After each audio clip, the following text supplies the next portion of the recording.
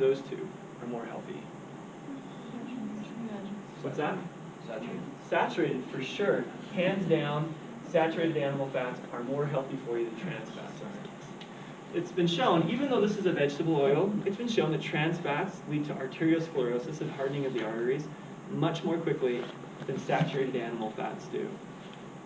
So if you have to choose between butter and margarine, for the sake of your health, the best bet is always butter, not margarine.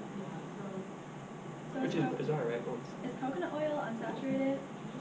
That's a wonderful question. No, it's a saturated fat, but it comes from a plant, right? Yeah, it's bizarre.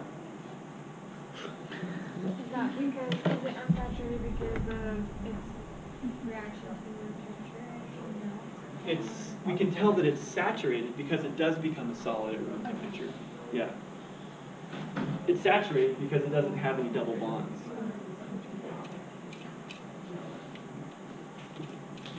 So if you were to read the labels of your margarine containers, what you'll see is some little caveat that says something like 0 grams trans fats per, well, like 0% trans fat per some number of grams. And I don't exactly know like what that means. I assume what that means is somewhere lurking in your, I can't believe it's not butter, there is a trans fat waiting for you to consume it.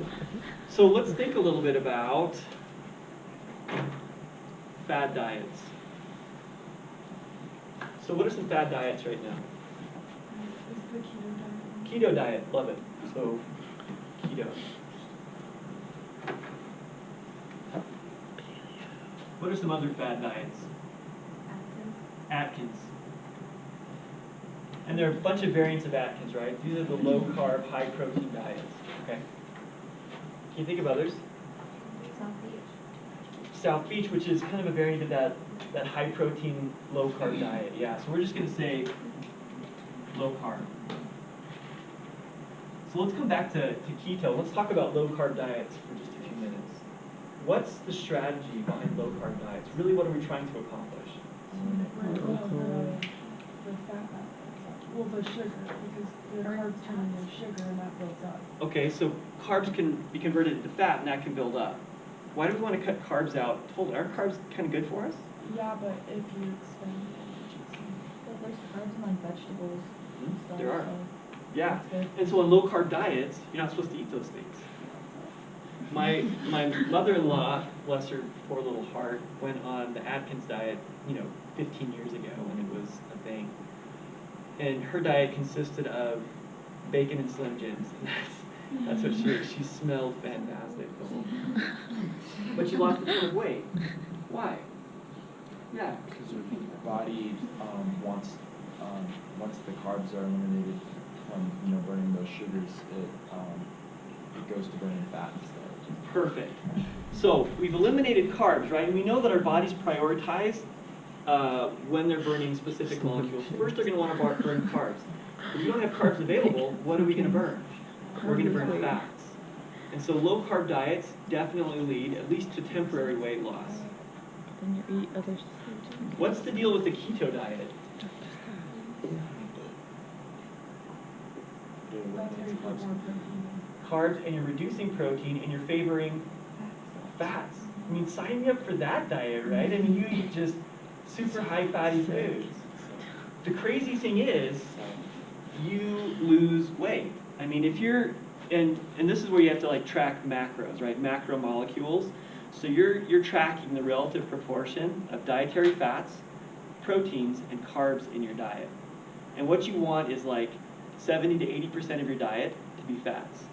And you want like 20 to 30% to be proteins with a very little bit of carb in it. So there's this, the strategy is this. When your body converts from burning carbs to burning fats, you enter a phase called ketosis, right? So ketosis is the fat burning stage. And so if you're consuming not but fats, and you're still restricting your calories below some daily limit, you're going to push your body into ketosis, and it's just going to start burning fats like nonstop. My sister, just a second, Adam, my sister was on this keto diet for a while, and she claims that she put her body into ketosis, and then overnight she lost like 5 pounds just from sleeping, which is crazy, right? Yeah, Adam, what do you So say? like, there's drink mixes and stuff that kind of, I guess, I'm not sure, but from what my parents have used and stuff like that, there's like, that puts your body into ketosis. Yep. Is that like true? Is stuff like that out there that does that? Right, and that's the real crux of the problem. How true is it? So you can get these little strips that tell your body whether or not you're in ketosis by the kinds of things that you're urinating out, right? So yes, those keto drinks can get you closer to ketosis, and that's evidenced by these little strips that you can buy that say, yep, your body is actually in ketosis. And you can get these strips are really important for diabetics, right? Because diabetics going into ketosis, bad thing. So they're generally used by diabetics. So my guess is those strips are extra sensitive to that phenomenon, right? Because as soon as you're approaching ketosis, if you're a diabetic, you're going to want to change your diet somehow so that you don't go in there. Okay. Questions about bad diets? So this is just, I'm going to stand up on a soapbox for just a few minutes. This is just my very humble opinion. If you want like a long-term weight loss strategy, then what you do is you have a healthy diet that consists of fruits and vegetables and grains and proteins and some fat, and you exercise. I mean, that's the best thing to do for sustained weight loss. If you need to lose a lot of weight relatively quickly, these bad diets are great ones because they do. I mean, you do lose weight really quickly. The problem is, how do you sustain that weight loss, right? Because as soon as you start introducing carbs back into your diet, then you introduce weight back into your body. Adam, were you going to say something else? No, it's fine. Okay. There's no one can eat carbs. Yeah, please. Like the ideal protein diet is from like the chiropractors.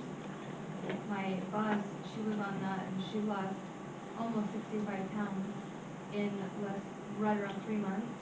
Which is crazy, right? I All mean, fat. could you imagine like losing 20 pounds a month? Yeah, and she gained it all back since she started eating carbs. Now Yeah. she's bigger than she was before she ever went on the diet. You know, I think what we're going to find as we move forward, that diet is largely a product of behavior, right? I mean, if we don't change behaviors, then we're not actually going to see a sustained change in health. And your diet's going to depend a lot on what you're trying to accomplish, right? So bodybuilders, you're going to want to favor proteins. Distance runners, you're going to want to favor carbs, things like that. Okay, so this is our triglyceride. And we have our glycerol molecule.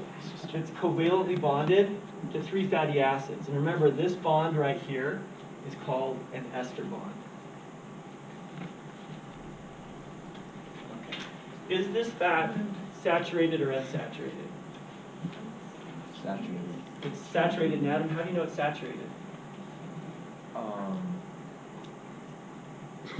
They're all Single bonds. They're all single bonds, right? single bonds. Yeah, no double bonds between carbons. So if we introduce a double bond somewhere in one of those fatty acids, all of a sudden it becomes an unsaturated They all fat. are. Okay, let's end it here. Are there any questions about carbs or fats? Okay, so on Monday, we're going to pick up here. We're going to try and finish up chapter 3 and maybe start chapter 4. Depending on how much we actually get through of chapter 4, which probably won't be a whole lot, some of chapter 4 may be on the exam, but I'll let you know exactly what to study. Okay, so please remember there is an exam next Wednesday. Yeah. Okay, that's what I was asking. Next Wednesday? Yep. Wait, what are